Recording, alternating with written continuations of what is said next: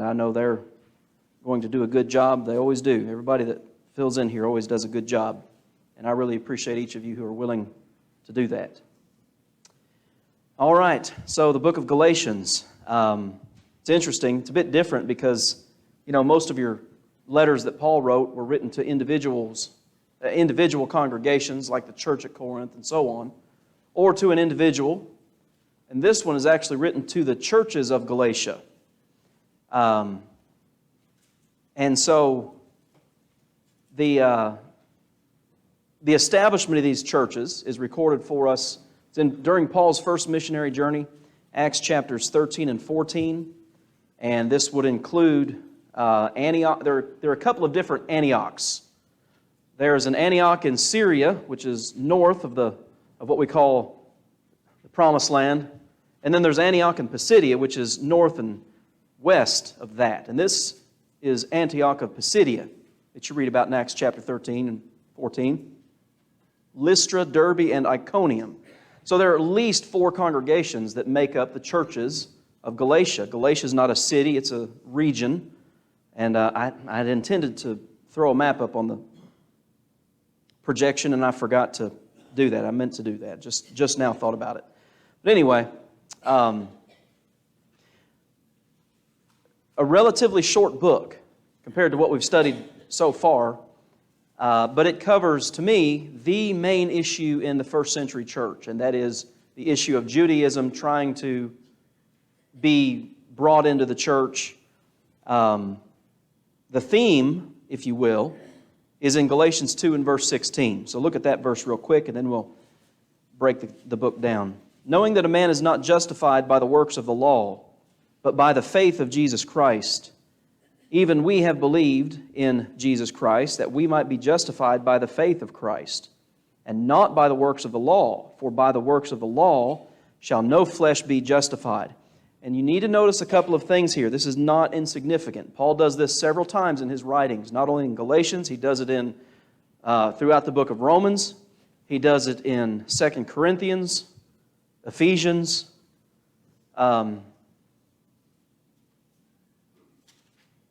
Well, that's the best I can do right now.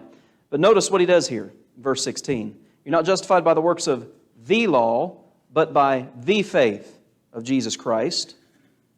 That we might be justified by the faith of Christ and not by the works of the law.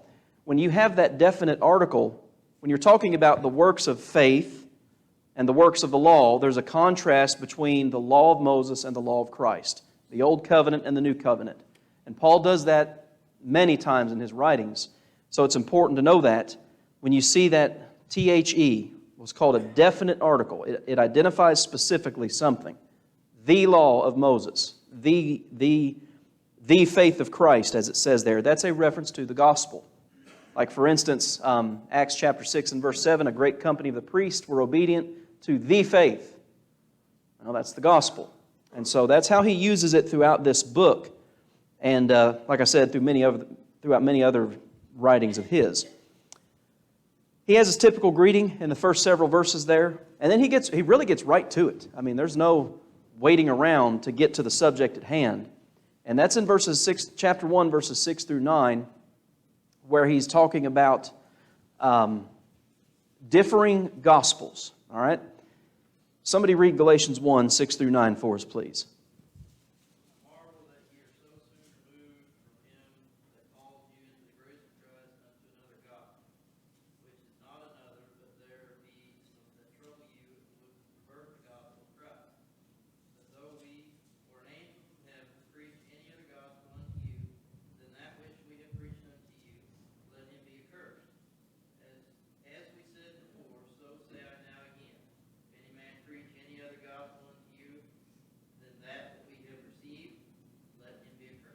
All right.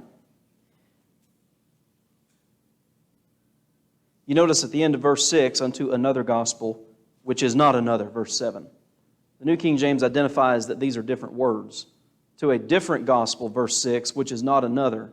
And these are two different terms. What's he talking about? Well, you have, as he says there at the end of verse 6, you've been called into the grace of Christ unto a different kind of gospel. The word here is hetero. Okay? We hear that in our English language, don't we? Heterosexual. It's a different kind, like male and female, which is not the same kind. Verse 7, which is not another. This is a different word in the Greek language. It means another of the same kind. The gospel that was being brought into the churches of Galatia, and we're going to learn, it was a Jewish influence, Judaism trying to be brought in. It's not the same gospel that he had preached unto them. And so that's the warning, and it's such a significant warning that he says it word for word twice. If they bring any other gospel unto you, which we have preached unto you, let him be accursed. Yes, they wanted to go back under Judaism. And that, like I said, there are a lot of issues in the first century church. I mean, we see it throughout the New Testament. But that is, I would say, the number one issue that arises. It's, of course, starting there in Jerusalem, but it goes throughout because there are Jewish converts all over the place that are trying to bring that in. So he's concerned with their acceptance of a different kind of gospel. Galatians chapter 1 and verse 6. Now, you think about that for just a minute. There are all types of religious movements and beliefs and practices. You can find any kind of gospel you want, really.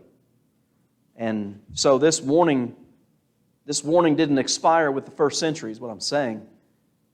There is the gospel of Christ, and then there are other gospels. They're not the same thing. And so we as well need to be aware of what we're hearing and be on guard, you might say, as to different gospels. Beginning in verse 10 here. So he starts that warning, states that warning in verses 6 through 8, or 6 through 9. And then beginning in verse 10, about down halfway through chapter 2, pretty much the same thing he did in the book of 2 Corinthians that we looked at last week as a defense of his apostleship. This is something that's constantly, you might say, plagued him.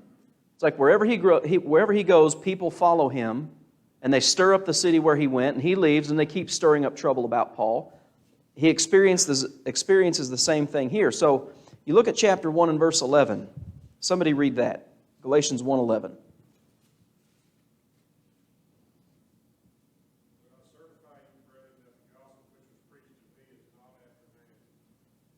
What does it mean to certify? What's that sound like?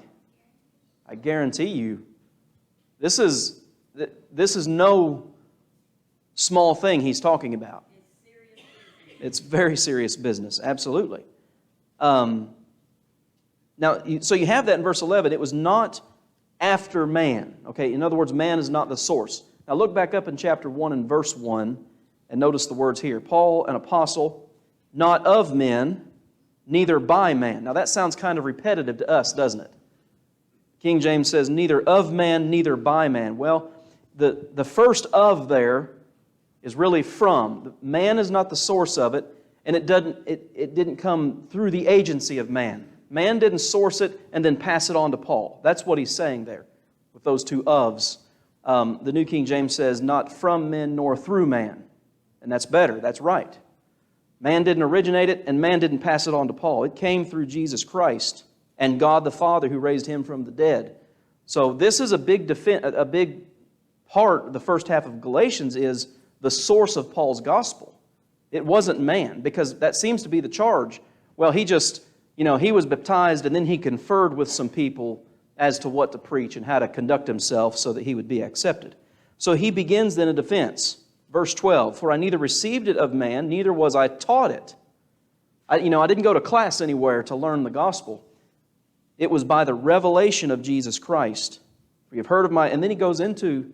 He's open. He knows that everybody knows what he used to do. You've heard of my conversation in time past of the Jews' religion, how that beyond measure I persecuted the church of God and wasted it. I excelled in Judaism, zealous for the tradition of my fathers, verse 14, but God chose me to preach the gospel. And from verse 15 down on into chapter 2, he you might say, reaffirms that. God revealed His Son in me, verse 16, that I might preach Him among the heathen. I didn't confer with flesh and blood. Again, there's no meeting of important church leaders to inform Paul on what he should be doing. I didn't go to Jerusalem. It's kind of interesting. I did this in the margin of my Bible here. Notice, verse 17. Somebody read Galatians 1:17 for us. Nor did I go up to Jerusalem, for those who were apostles before me. I went to Arabia and returned again to Damascus. Okay. If you mark or write notes in the margin of your Bible, write Acts 9:22 next to that. Galatians 1:17. Write Acts 9:22. You can actually trace his progress from what he says in Galatians throughout Acts chapter 9. So listen to Acts 9 and verse 22. But Saul increased the more in strength and confounded the Jews which dwelled in Damascus, proving that this is the Christ. All right? And then you go to, somebody read Galatians 1:18.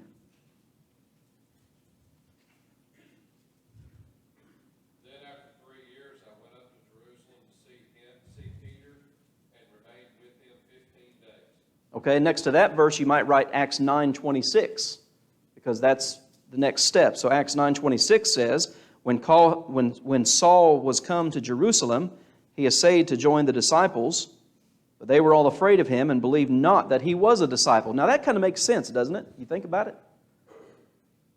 You know his history. You know, this is the guy that held the coats for the people that killed Stephen. He gave his voice against every Christian that he could to condemn them. I mean, I can appreciate, I guess you might say, their hesitancy. They were all afraid of him. But that's his point here throughout Galatians chapters 1 and 2. Here's what happened when God revealed himself. Here's what took place step by step to show that, I didn't come up with this on my own. This is all from God. By the revelation of Jesus Christ. God chose me. And then, look at Galatians 2 and verse 1. After 14 years, I went up again to Jerusalem. You might write Acts 15, because that's what that's referring to. And that conference in Jerusalem was about a Jewish influence in the church who was trying to bind circumcision on the Gentiles. So you can trace it throughout the book of Acts, and what he's doing in Galatians is laying out the case for the source of his apostleship and the teaching and preaching that he did. All right? Any questions or comments on any of that? There's at least 4 churches in Galatians. At least, yes.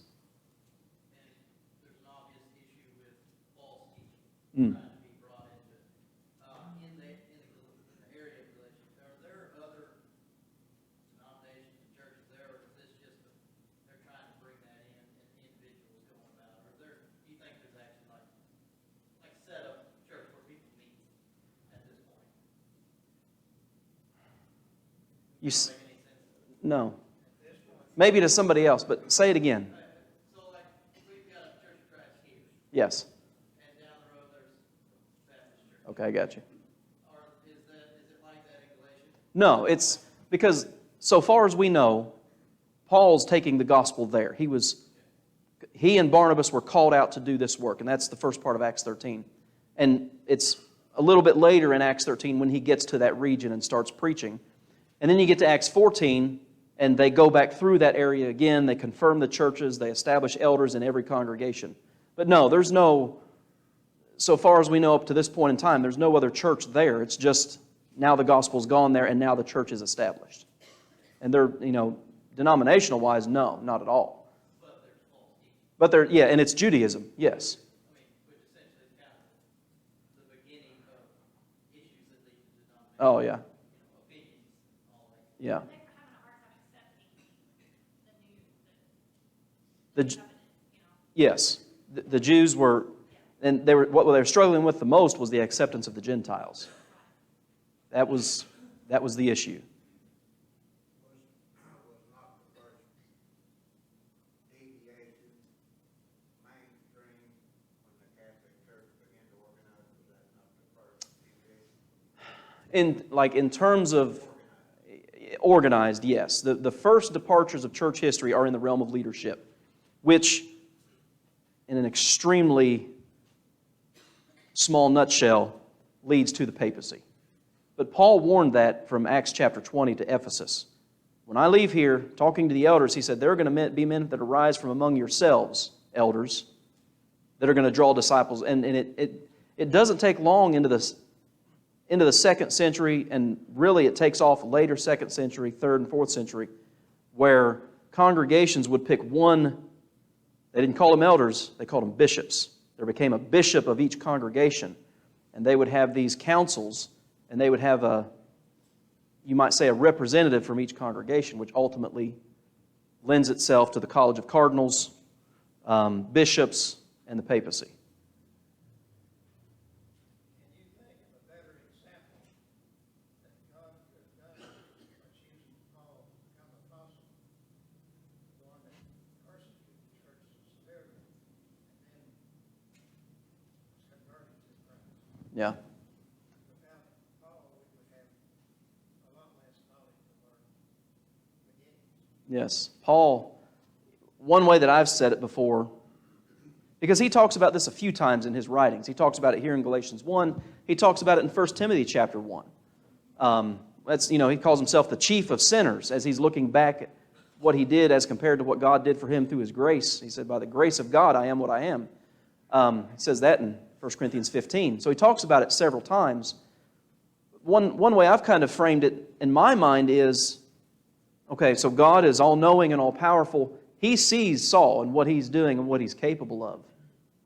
And Jesus confronts him personally and directly, if that's, if you can personally and directly.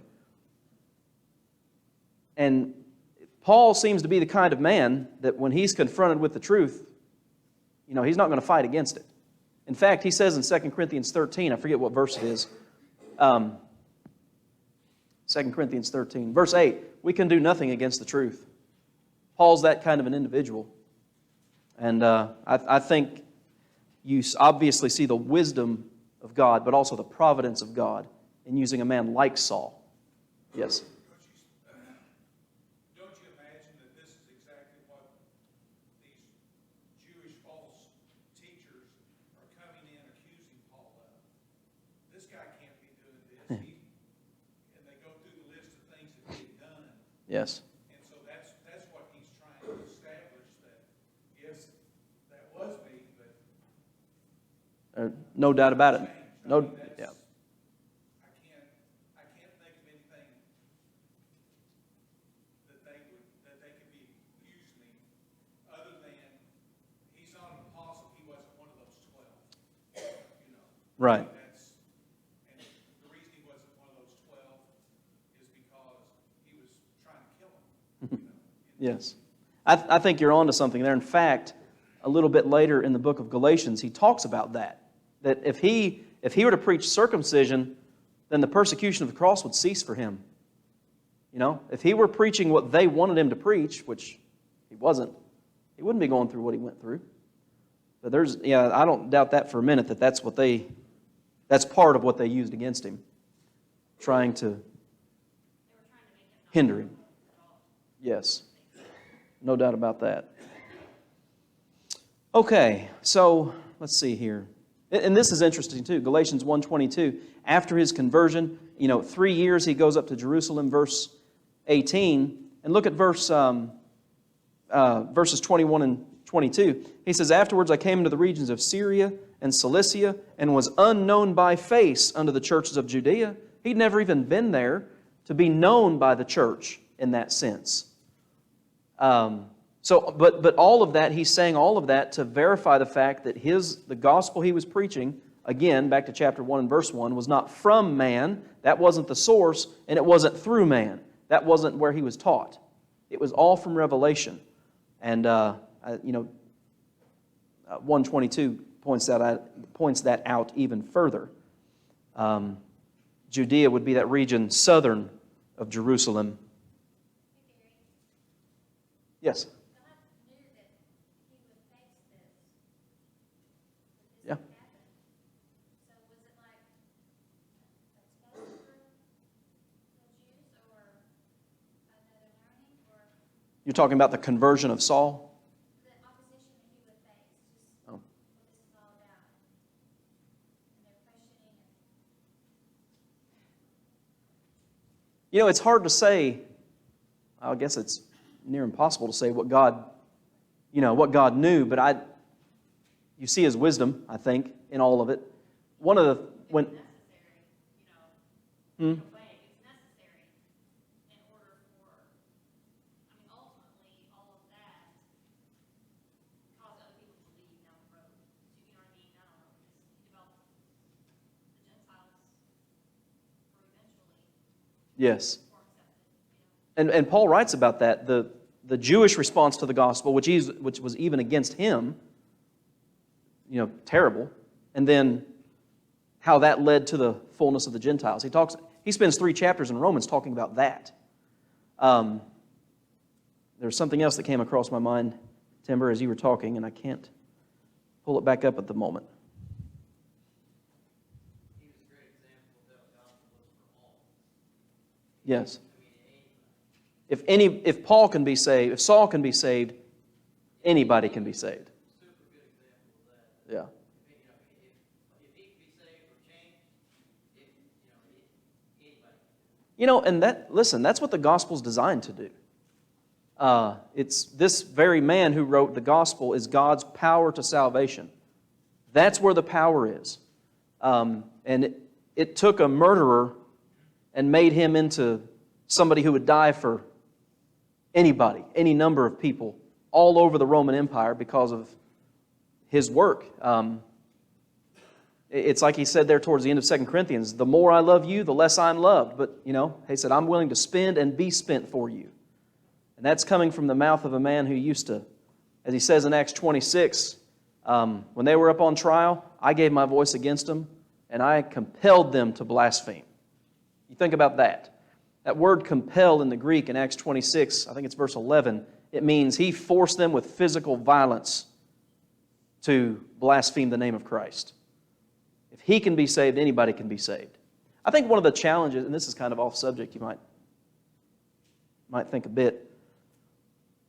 I think one of the challenges for people who grew up in church, let's say, me, okay, I grew up, and many people in here probably grew up going to church. But every one of us, even if you did that, you still need the gospel. And you still need to obey the gospel. And there still need to be changes in your life, even if you were, coming to church in your mother's womb, as we say. The gospel's designed to change you. And, Paul's an extreme example, certainly, but you can't encounter the gospel and not be changed. And if you try, then, well, you're making its power ineffective. It's powerful. And it's designed to do that. And Paul, like you're saying, Forrest, what better example could there be of that? That anybody can be saved. Anything else before we move on here?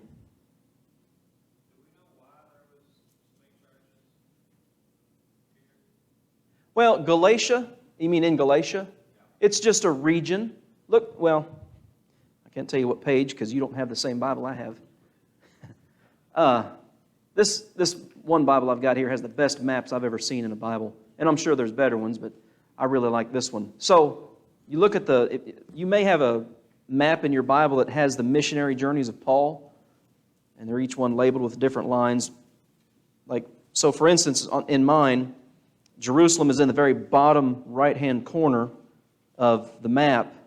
In his first journey, he goes north and then west into the region. And Galatia is a large region, and it has a lot of different parts into it. But you can trace his progress through those areas of Galatia. Tarsus is on his way there, and we read about him going to Tarsus. And Cilicia, again in Acts chapter 9. And then he gets to Derbe, Lystra, Iconium, Antioch. It's just, he goes to these cities within that region, and that was the pattern of their work. They'd get to a city, kind of a hub, and they would establish a congregation, and then they'd move to the next city. And as you get into Acts, in fact, let me look back here real quick. When you get back into Acts chapter 14, they make that trip. And let's see here. Okay, Acts 14:21, for instance. They've been to Derbe. It says, when they had preached the gospel to that city and had taught many, they returned again to Lystra, Iconium, and Antioch, confirming the souls of the disciples and exhorting them to continue in the faith. So that implies that they had started in the faith. You can't continue in something if you hadn't started it. So on the way out, you might say, the churches were established. On his way back through, he's exhorting them to continue in the faith. Tribulation's coming. They appoint elders in every church. It's just because it's a big region and there are several cities in it. You know, you think about our situation today, and this actually came up, it seemed like we were talking about this recently in here for some reason, but our little city, this little area, okay? Let's take a 10-mile radius. How many churches of Christ are there? I don't know. Too many. I'll tell you that. And that's sad. That's a sad commentary. But, you know, they didn't have ease of travel back then, and these cities are spread out by several miles, and that was how they did it. And they met the first day of the week, so it's different than the old law. Yeah, they met, well, in the earliest part, and Galatians is a fairly early book of the New Testament, probably mid-50s when it was written, they met daily. That's true. But that was like for instance, we know in Jerusalem, they met in the temple area. Where else? Well, like in Acts chapter 20, they met in a room. You have house churches mentioned throughout the New Testament.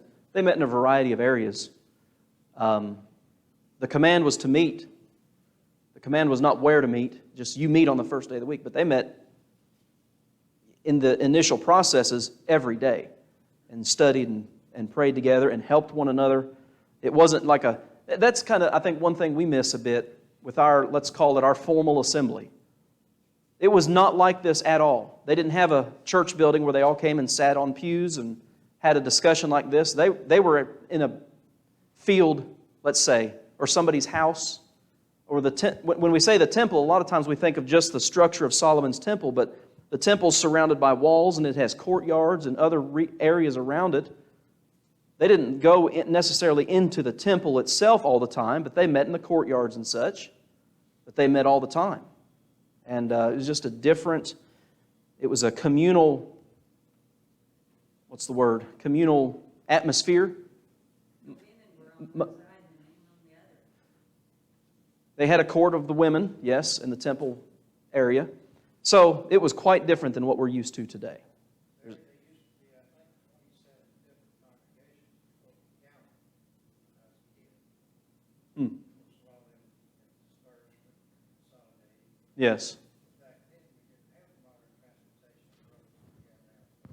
Right. We had congregations every few miles. Right. That's right. We had a lot of times no schoolhouses. We had that many schools. It was like that where I was in West Tennessee. And I guess, you think about the Bible Belt of America, it's like that. Like northern Alabama, northern Mississippi, southern Middle Tennessee, it's like every couple miles there's a building. But that does have some history to it as to why that is the case. So anyway, anything else before we go on? Okay. Yeah.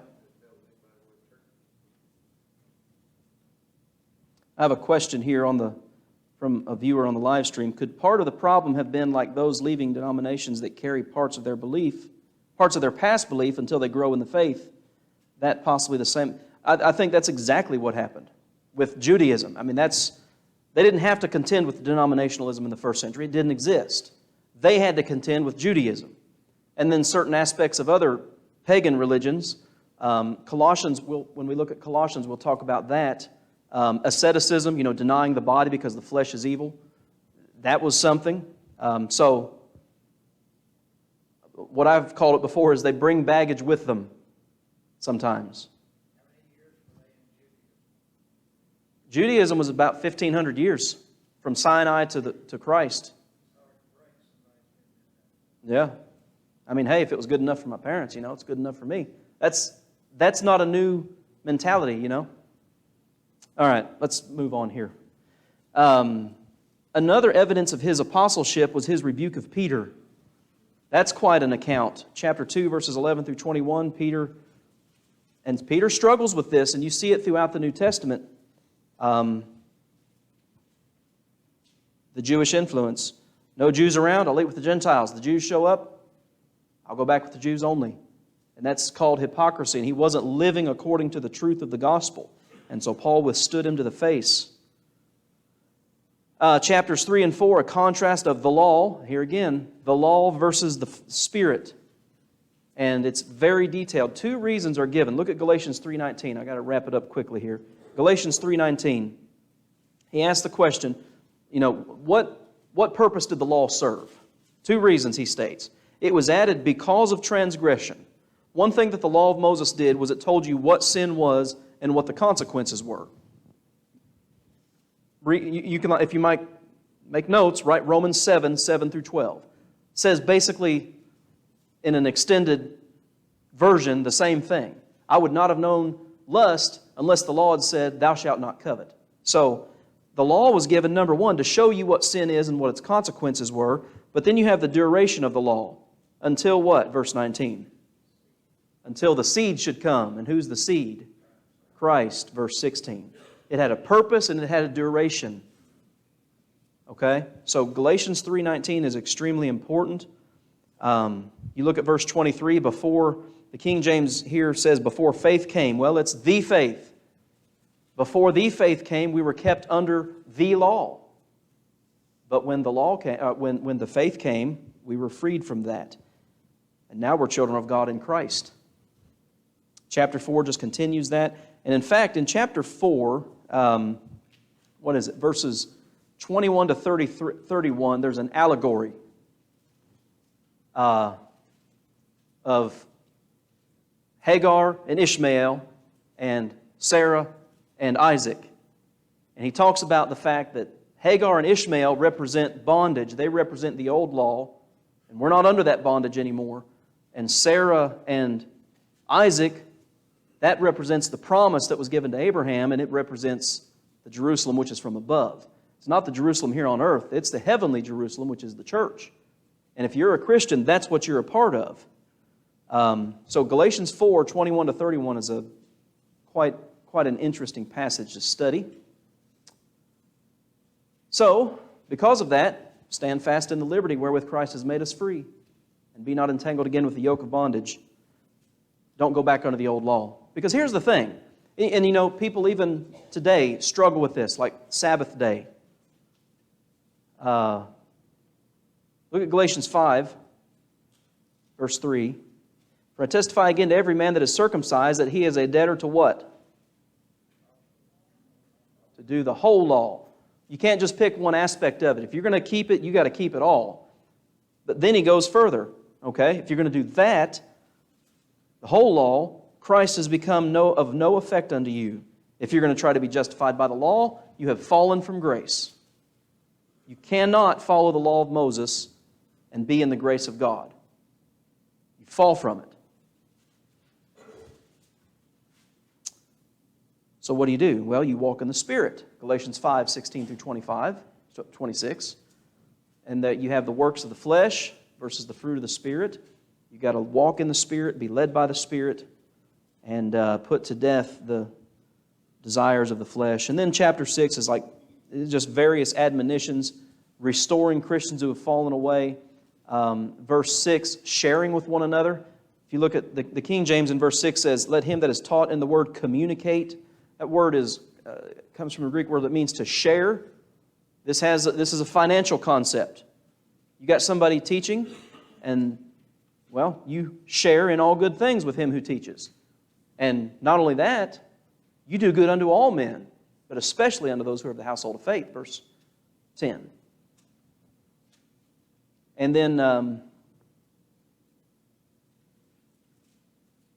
well, I guess that'll be it. Any questions or comments before we stop? There is one clue here.